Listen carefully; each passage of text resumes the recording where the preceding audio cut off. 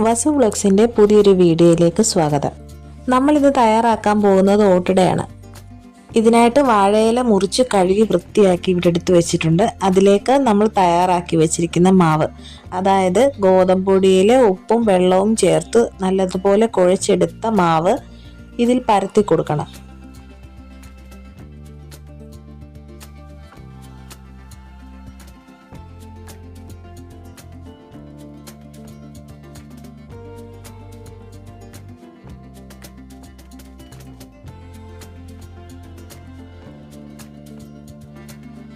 നല്ലതുപോലെ പരത്തിയ ശേഷം തേങ്ങയിൽ പഞ്ചസാരയോ ശർക്കരയോ ചേർത്ത് ഇതിൽ തൂവിക്കൊടുക്കാം.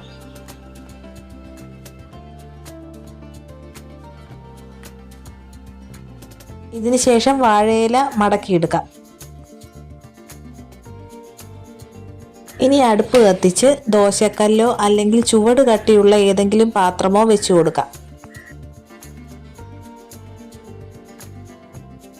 കല്ല് ചൂടായ ശേഷം നമുക്ക് ഓട്ടട ഓരോന്നായിട്ട് ചുട്ടെടുക്കണം.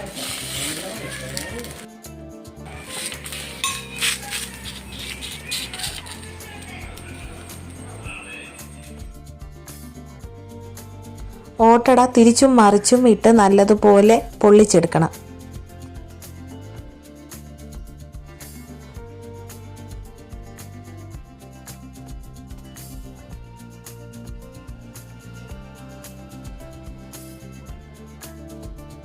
സ്വാദിഷ്ടമായ ഓട്ടട ഇവിടെ തയ്യാറായി കഴിഞ്ഞു.